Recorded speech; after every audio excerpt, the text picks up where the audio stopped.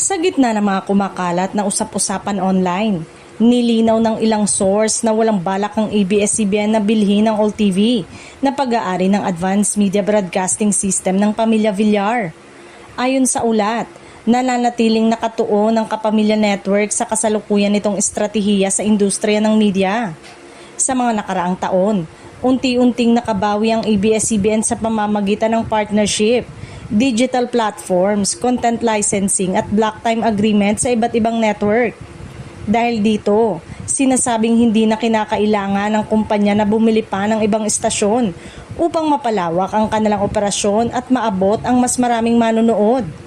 Sa halip na acquisition, mas pinili ng ABS-CBN ng flexible at cost-efficient na paraan ng pagpapalawak, kabilang ang paglalabas ng content sa iba't ibang platform, mula free TV hanggang online streaming.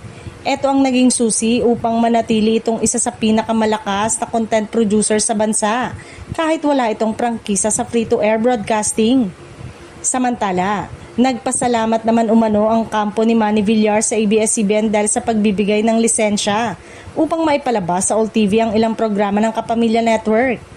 Malaki ang naitulong ng kasunduang ito upang mapunan ang programming needs ng All TV.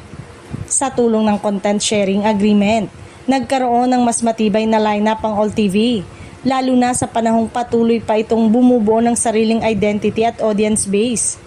Nakatulong din na upang mas mapalawak ang reach ng ABS-CBN shows sa mas maraming Pilipino. Sa kabuuan, malinaw na ang ugnayan ng ABS-CBN at All TV ay nananatiling isang strategic partnership, hindi isang pagbili o pagmamayari.